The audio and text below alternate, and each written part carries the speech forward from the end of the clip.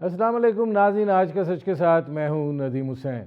Iran और Israel के माबैन 12 रोज़ा जंग का सीज़ फायर जो है वो हो गया, लेकिन सीज़ फायर होने के बाद पहले इसराइल ने ये कहा कि ईरान ने सीज़ फायर की खिलाफ वर्जी की है, और उसके बाद इसराइल के वज़ीर दिफा ने कहा कि उन्होंने अपनी फ़ौज को हुक्म दिया है कि इसका जो है जवाब दिया जाए।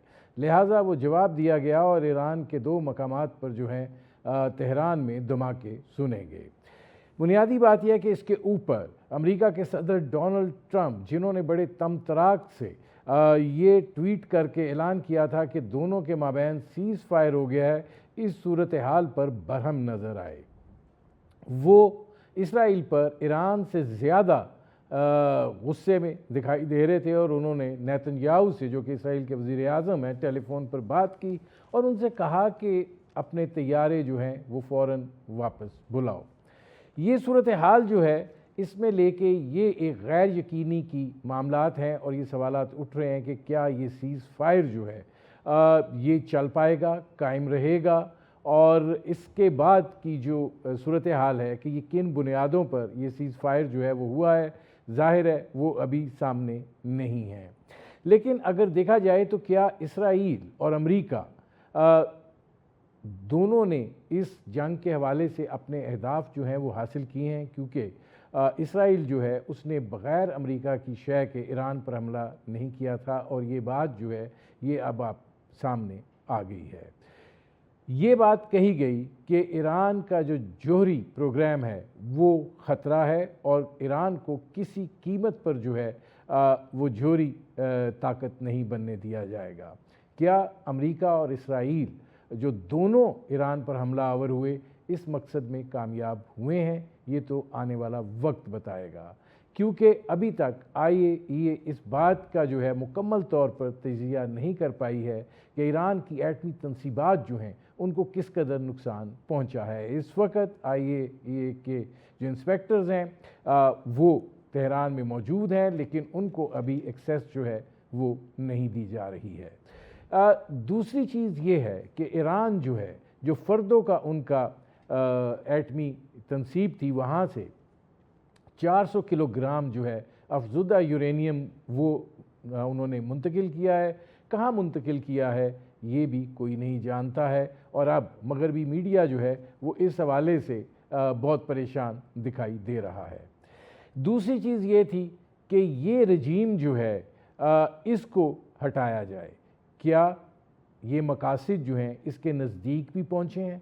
लगता है नहीं, बल्कि ईरान की मौजूदा रजीम जो है वो इस जंग के बाद उसको ज़्यादा तक़वियत मिली है, वो ज़्यादा मजबूत हुई है, और ईरान बहैसियत कौम जो है उसने ये दिखाया है कि वो झुकते नहीं हैं, वो लड़ते हैं। और इस सारी सूरत हाल में इसराइल जो है उसको जितना नुकसान पहुंचा है, पहली दफ़ा जंग उसके दरवाजे पर पहुंची है, पहली दफ़ा उसको मुआशी तौर पर नुकसान हुआ है, पहली दफ़ा उसका इंफ्रास्ट्रक्चर जो है वो तबाह हुआ है, पहली दफ़ा उसके लोग जो हैं वो मरे हैं, और पहली दफ़ा उनका जो समाजी ढांचा है वो बिखरा है, और अंदर से मौजूदा रजीम के ख़िलाफ़ बेतहाशा आवाज़ें जो हैं वो उठना शुरू हुई हैं। अमेरिकी सदर डोनाल्ड ट्रंप जो हैं, क्या वो इसके अंदर इस सारी सूरत हाल में और अपनी सफारतकारी के हवाले से कामयाब हुए हैं? तो डोनाल्ड ट्रंप ने एक लफ्ज़ जो है अपनी सफारतकारी में मुतारिफ़ करवाया है, और वो है डिसेप्शन, यानी धोखा। अगर आप ईरान से मुज़ाकरात कर रहे हैं तो फिर अभी मुज़ाकरात का राउंड होना है, हमला हो जाता है। आप ईरान को ये कहते हैं कि 15 दिन तक आप इंतज़ार करेंगे और सफारतकारी को मौका देंगे, और उसके बाद जो है वो फ़ैसला करेंगे कि क्या करना है, लेकिन 2 दिन बाद ही ईरान की जो जौहरी तनसीबात है उन पर अमेरिका हमला कर देता है।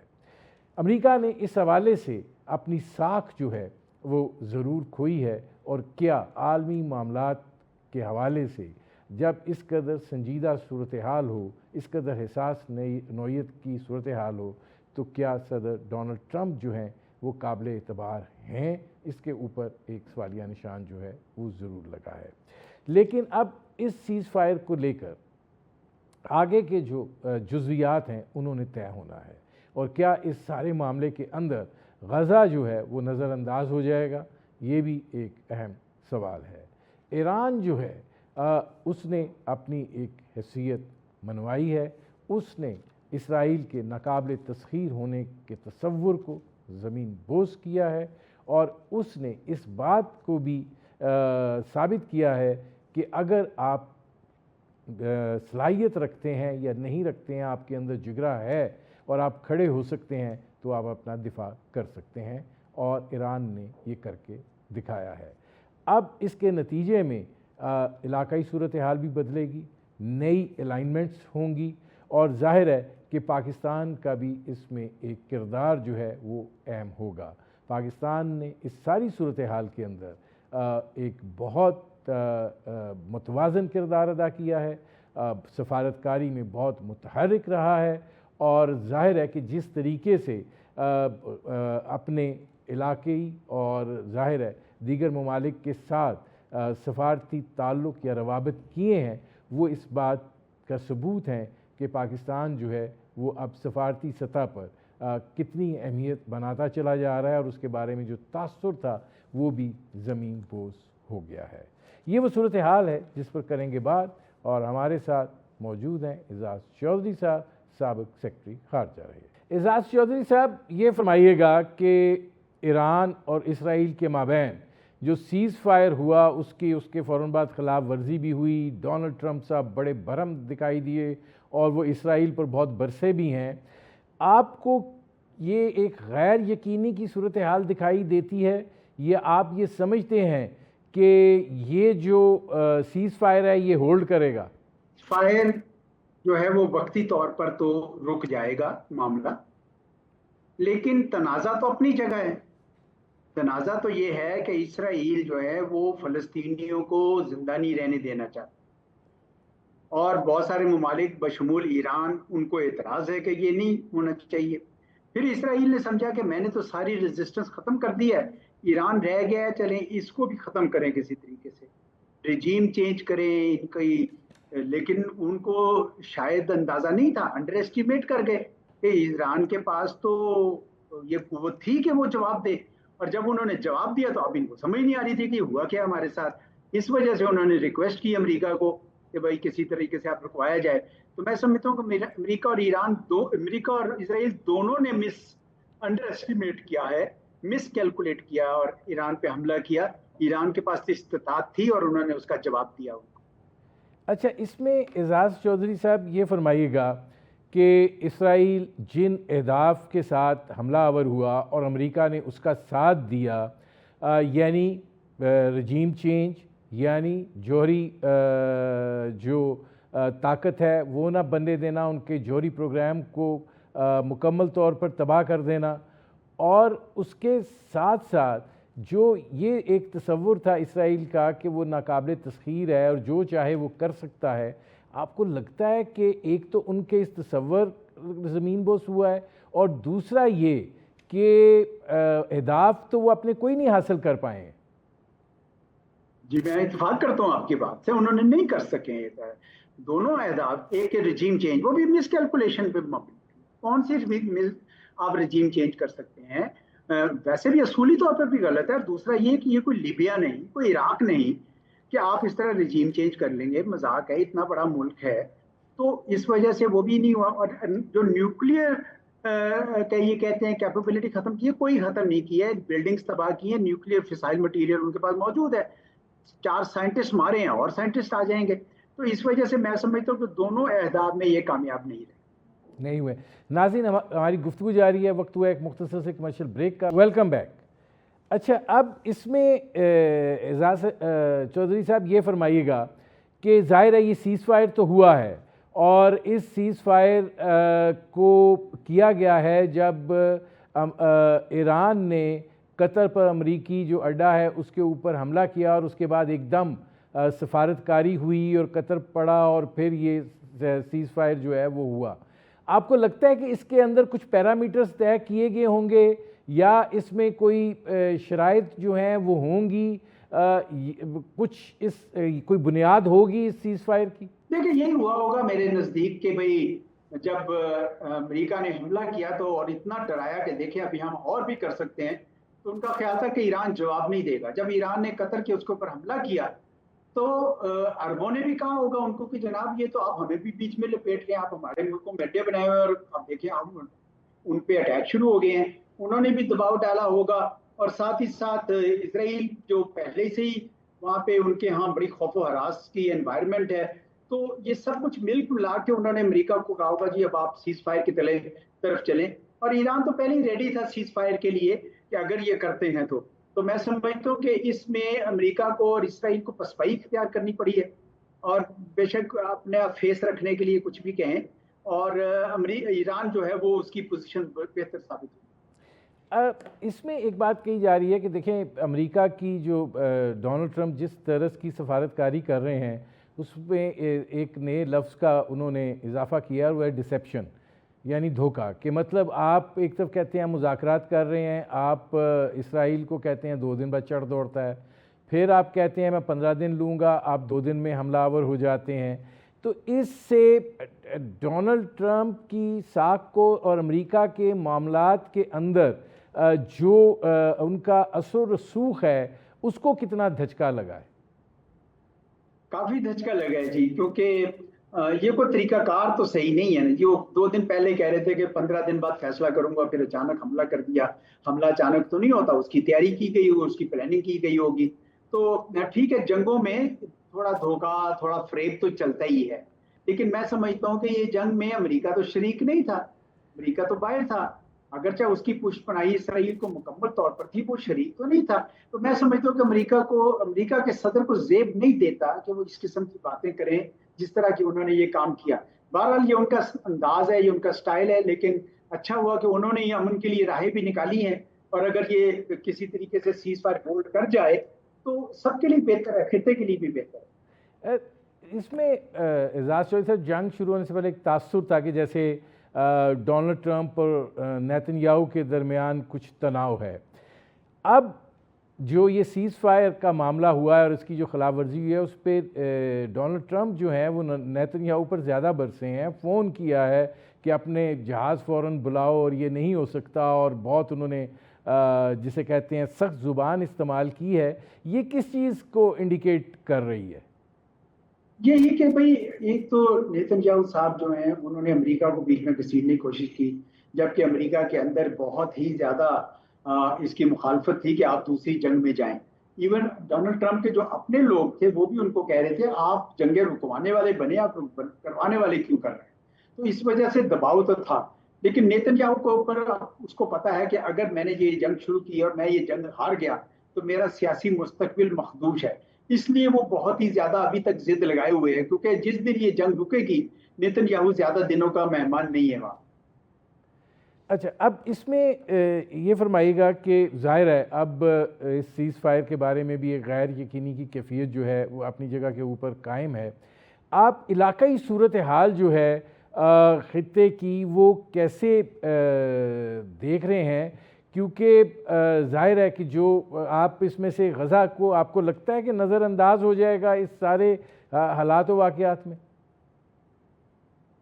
नहीं, गाजा देखिए ना, अब तो ज्यादा फोकस गाजा पे आना चाहिए, क्योंकि गाजा जो है उसमें जो जुल्म और बर्बरियत की है इसराइल ने, अब ये चाहिए तो ये कि सारे अरब ममालिक और ईरान ये इकट्ठे हो जाएं और दबाव डालें अमेरिका के ऊपर कि आप इसराइल का हाथ रोकें और वहां पे एक फलस्तीनी रियासत हो, और ये जिस तरह का जुल्म इन्होंने ढाया हुआ है इसको रोका जाए। इसके लिए इत्तेहाद का मुजाहरा करना बहुत जरूरी है अरबों के दरमियान और इस ईरान के दरमियान। लेकिन आपको लगता है कि ये जो सूरत हाल पैदा हुई है इससे कोई सबक सीखा जाएगा या नहीं? क्योंकि नेतन्याहू साहब तो ये भी कह रहे हैं कि वो बग़ैर फ़लस्तीनी रियासत से सऊदी अरब से अपने आप को तस्लीम करवा लेंगे। कैसे करवा लेंगे? सऊदी अरब ने बड़ा वाज़ेह तौर पर कह दिया हुआ है कि हम उस वक्त तक तस्लीम नहीं करेंगे इसराइल को जब तक कि फ़लस्तीनी रियासत नहीं बन जाती। मैं कम से कम नहीं समझता कि सऊदी अरब उस रास्ते पे जाएगा, और अभी तक तो नहीं गया है, और पाकिस्तान और दूसरे चंद ममालिक भी नहीं जाएंगे। मेरा ख्याल है कि इसराइल की जो रविश है उसने उसको पूरी दुनिया में तनहा कर दिया है, सारी दुनिया में। इवन अहले मगरिब में से बहुत सारे ममालिक समझते हैं कि इसराइल ज्यादती कर रहा था, तो इस वजह से मेरा ख्याल है कि इस सारे तनाज़े में इसराइल का कद काठ बहुत छोटा हो गया है। अच्छा, एक और चीज़ है एजाज चौधरी साहब कि ईरान जो है इस सीज़ फायर को लेकर, अगर जाहिर है इसकी कोई चीज़ें भी तय होंगी, अमेरिका पे एतमाद कर सकता है, और आप समझते हैं कि अमेरिका और ईरान के दरमियान बराह रास्त जो रवाबित का सिलसिला है वो शुरू हो सकता है?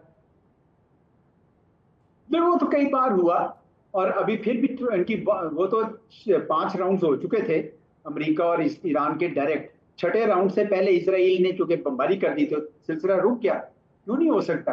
लेकिन मेरे ख्याल में ईरान जो है वो अब ये कहेगा आप पहले सैंक्शन उठाएं फिर हम बात करते हैं। मेरा ख्याल में ईरान की पोजीशन थोड़ा मजबूत हुई है। ईरान के पास दोनों ऑप्शंस हैं। एक ये है कि वो इनके साथ बातचीत करके सैंक्शन उठवा के अपना न्यूक्लियर प्रोग्राम जो है वो सिर्फ पीसफुल कर दे। दूसरा रास्ता ये है कि अगर ये नहीं मानते तो ईरान चला जाएगा न्यूक्लियर बम बनाने। अच्छा, ये फरमाइएगा कि आप ये कह रहे हैं कि अच्छा, ईरान के पास अब ऑप्शन क्या है? आपको लगता है कि ईरान जो है वो एनपीटी से निकल जाएगा? आपको लगता है, क्योंकि मगरबी मीडिया बहुत शोर मचा रहा है कि 400 किलोग्राम जो अफसूदा यूरेनियम है वो ईरान के पास मौजूद है, जो शिफ्ट किया गया है, और जाहिर है कि साइंस है वो तो अपनी जगह पर मौजूद होगी। तो आपको क्या लग रहा है ईरान के ऑप्शंस जो हैं? जिस तरह मैंने अर्ज किया कि दो ही ऑप्शन हैं। एक तरीका ये है कि वो ईरान दोबारा डील करे और कहे कि जी आप हमारी सैंक्शंस उठाएं, क्योंकि सैंक्शंस की वजह से आम इंसान जो ईरान में है उसकी जिंदगी मुश्किल हुई है। तो अगर अमेरिका वो नहीं मानता या ले तो लाल से ताल्लुक रख से काम लेता है तो मेरे ख्याल में वो अपने राहबर को कहेंगे कि जनाब आप हमें इजाजत दीजिए कि हम एटम बम बनाएं, क्योंकि इससे हमारे मुल्क की हिफाजत जो है वो यकीनी बनाई जा सकती है। तो अगर ईरान के ऊपर सैंक्शन अमेरिका ने ना उठाई तो मेरे ख्याल में ईरान न्यूक्लियर बम बनाने की तरफ चल पड़ा। जाहिर है कि इस पर 2003 का जो आयतुल्ला खामेनेई का फतवा है वो अपनी जगह के ऊपर मौजूद है, लेकिन अब ये खबरें भी आ रही हैं कि ईरान के अंदर से अब ये आवाज़ें उठ रही हैं और कहा जा रहा है कि दरख्वास्त की जा रही है कि हमें भी एक डेटरेंस जो है वो कायम करनी चाहिए। जी जी बिल्कुल, ये आवाज़ें तो उठेंगी और दुनिया ने देखा कि जिस मुल्क के पास न्यूक्लियर पावर नहीं थी उसके ऊपर दूसरा मुल्क हमलावर हो गया। अगर हमलावर हुआ भी तो भी मैं समझता हूँ कि न्यूक्लियर पावर होने से डिटेरेंस रहती है। पाकिस्तान के पास ये डिटेरेंस है और ईरान जो है वो समझता है कि उसके पास भी होनी चाहिए। तो लगता है कि उस तरफ चलेगा। अभी तक तो रुकावट यही थी कि उनके जो राहबर हैं उन्होंने कह रखा था कि ये न्यूक्लियर बॉम्ब्स नहीं बनाने चाहिए, लेकिन मेरा ख्याल है वो राहबर को समझाने की कोशिश करेंगे कि इसकी वजह से हमारे हाथ बंद गए हैं, आप हाथ हमें खोलने दीजिए और हम ये न्यूक्लियर बम बनाए। ये हो सकता है ईरान उस तरफ चल पड़े। आपको लगता है कि इंडिया को जो है वो इस सारी सूरत हाल से एक सबक हासिल हुआ होगा, या आप ये समझते हैं कि इंडिया इसराइल नेक्सस जो है उसके पस मंज़र में हमें होशियार रहने की ज़रूरत है? वो तो हमेशा है, जो पहले भी था इंडिया इसराइल नेक्सस था, उन्हीं के बने हुए ड्रोन्स आए थे।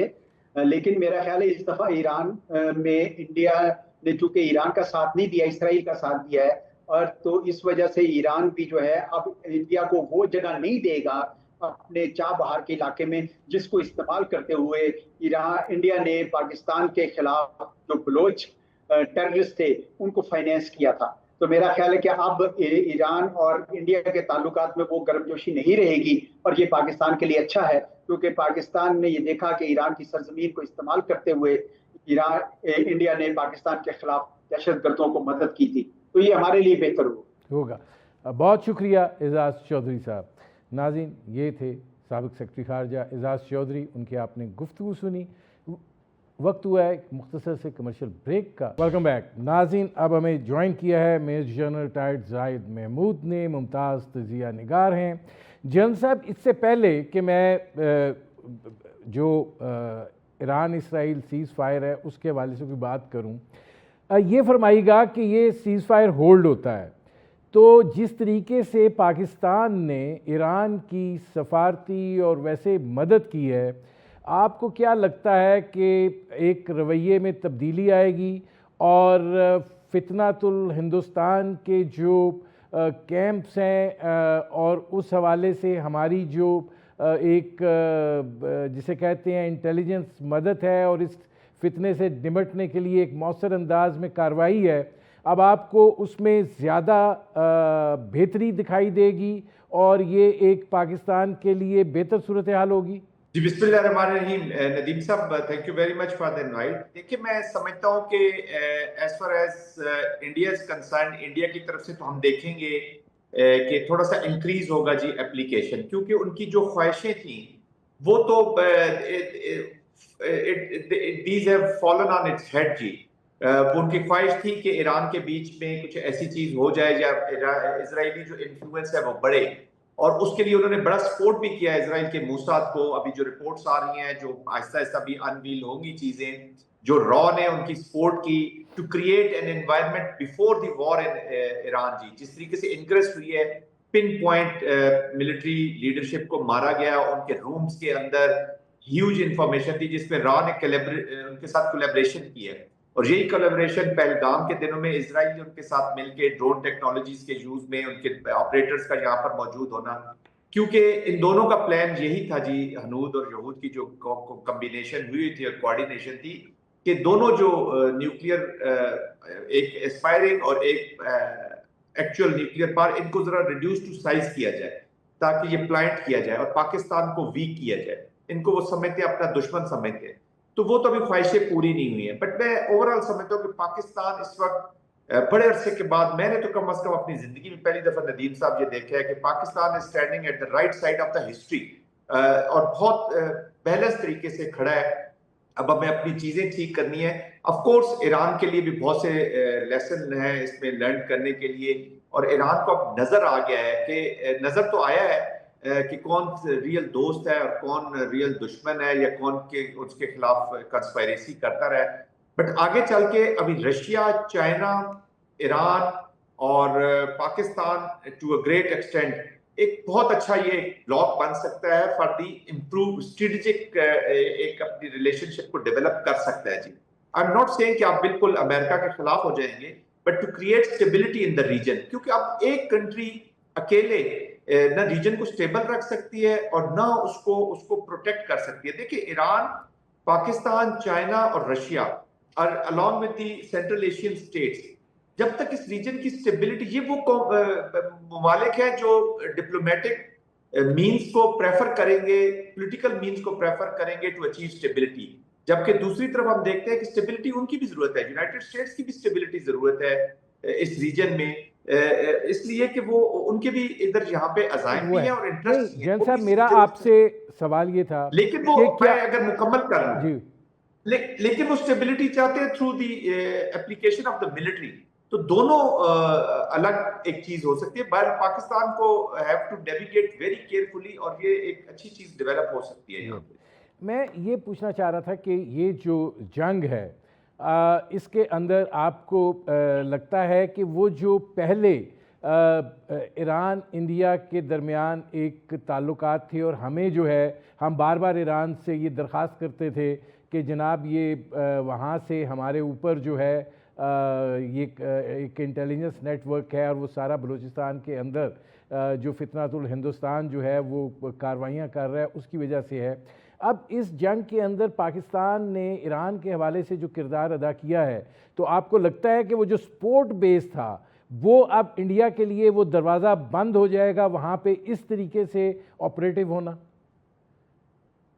जी, मैं बिल्कुल समझता हूँ कि ये बंद तो मैं नहीं कह सकता कि बिल्कुल बंद हो गया, क्योंकि Indians are very cunning people, वो कहीं ना कहीं निकाल लेंगे। ये डिपेंड करेगा जब ईरान पे, ईरान ने अब अपना कॉस्ट बेनिफिट एनालिसिस करना है। दिस वॉर हैज, मेरी नजर में ये जो 12 डेज हैं, इसमें से एक नए ईरान ने भी जन्म लिया जी। जैसे पहलगाम के बाद एक नए पाकिस्तान ने जन्म लिया था, इस वॉर के बाद नए ईरान ने भी जन्म लिया। They have to reset their course, they have to reset their discourse, और उनका नया चेस बोर्ड लगाना है जी। और बहुत सारी ऐसी डोमेन्स हैं जिसमें अब ईरान ने अपने आप को प्रोटेक्टिव मनूवर के लिए पहले करनी है और फिर मजबूत करना है। बहुत से एवेन्यूज खुले हैं। उसे भी पता चल गया कि अकेला न्यूक्लियर या अकेला मिसाइल प्रोग्राम, या जब तक फुल स्पेक्ट्रम और फुल इन ऑल स्फीयर्स आप डिफेंसिव तैयारी नहीं करेंगे तो आप अपने आप को प्रोटेक्ट नहीं कर सकते। अभी तो रजीम चेंज चले, उनकी कोशिश थी जो फेज 3 में एक ये भी ऑब्जेक्टिव हो सकता था, वो अचीव तो नहीं हुआ। बट आई वुड से कि ईरान के लिए there are many lessons to learn. लेकिन ईरान की पार्लियामेंट में जिस तरीके से तशक्कुर पाकिस्तान के नारे लगे, इसका मतलब है रियलाइजेशन और रिकग्निशन है। फिर Pakistan is part of the जो सिक्योरिटी काउंसिल में जो आपकी करारदादें हैं विद चाइना एंड रशिया, तो देखिए कौम तो देख रही होती है, और आई एम श्योर कि सुप्रीम लीडर भी इसको देख रहे होंगे, आईआरजी भी देख रही होगी, उनकी पॉलिटिकल लीडरशिप भी देख रही होगी। मैं उम्मीद तो यही करता हूं कि दे मस्ट हैव लर्न। और पाकिस्तान ने फिर कंडेम भी किया जी, जो इजरायली तो एग्रेशन को टोटली कंडेम किया, और इसको भी इंटरनेशनल लॉज की खिलाफ वर्जी करार दिया जो अमेरिकन एप्लीकेशन हुई है। तो पाकिस्तान जो बेस्ट पॉसिबल अपनी तरफ से कर सकता था, देखिए इफ पाकिस्तानी ईरानी बॉर्डर्स आर सेफ और हमारा ट्रेड चलता है, आगे चल के चीजें चलती हैं, तो ईरान को भी फायदा है, पाकिस्तान को भी फायदा है। स्पॉयलर्स आर सामने आ गए। Pakistan has been recognised as एक स्टेबिलिटी का एक फैक्टर रिकॉग्नाइज हुआ जी, स्टेबलाइजर है, नेचुरल स्टेबलाइजर। और दूसरी तरफ एक नेचुरल डीस्टेबलाइजेशन की तरफ ले जाने वाला एक मुल्क खड़ा है जो अब सबके सामने वल्नरेबल हुआ है, रीजन में भी हो गया और इंटरनेशनली जो वॉच डॉग का उसका रोल था उसमें भी वो वल्नरेबल, बल्कि अच्छा, अब बिल्कुल सामने गिर के। एक और एज ए मिलिट्री पर्सन सवाल है आपसे कि जो भारत ने हमारे साथ एक तजुर्बा किया और उसका नतीजा उसने देख लिया, अभी वो आराम से नहीं बैठे हुए हैं, और वहाँ से जो बयानात उभर कर सामने आते हैं वो जाहिर है कि तशवीशनाक भी हैं और ऐसे हैं कि जिन पे तवज्जो दी जानी जो है वो बहुत ज़रूरी है। ईरान ने इसराइल को भी एक पहाड़ा ज़रूर पढ़ाया है इस जंग के दौरान। अब इसराइल और भारत का एक नेक्सस है, आपको क्या लगता है कि हमें भी ऑन गार्ड होना चाहिए? क्योंकि जो हम इंटरनेशनल मीडिया पे इसराइली एनालिस्ट को सुनते थे तो वहाँ से पाकिस्तान का नाम फ़ौरन आता था। Guard is a little lower category जो अब नदीम साहब जिक्र कर रहे हैं। हमें तो प्रोटेक्टिव मनूवर करना है जी, और प्रोटेक्टिव मनूवर जो है वो जरूरी नहीं कि मिलिट्री मनूवर हो, वो आपको डिप्लोमेटिक और पॉलिटिकल मनूवर्स करने हैं। आपका डिफेंस जो है ना वो ऑफेंसिव में पड़ा हुआ है जी। अब you can't keep everything in grey. Pakistan वाहिद मुल्क है जिसने पीस को, जिसने नेगोशिएशन को, जिसने डायलॉग को हमेशा चांस दिया है जी, और कई चीजें हमने बर्दाश्त भी की हैं। हम एक गैर जरूरी जंगों के, जरूरी या गैर जरूरी के अलावा एक प्रोलॉन्ग जंगों में इन्वॉल्व रहे हैं।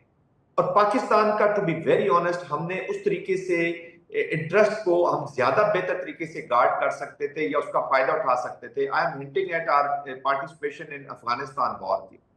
प्रेसिडेंट मुशर्रफ बहुत, I have lot of respect for him, अच्छे लीडर थे, लेकिन he could have done little more for Pakistan, to be very honest जी, अगर वो उसको क्राफ्टली या इन कार्ड्स को अच्छे तरीके से खेलते। बहरहाल पाकिस्तान के पास अच्छे कार्ड्स आए हैं जी, नया जो टेबल सेट हुआ है उस पे कार्ड्स अच्छे आए हैं। How we play that is the states craft.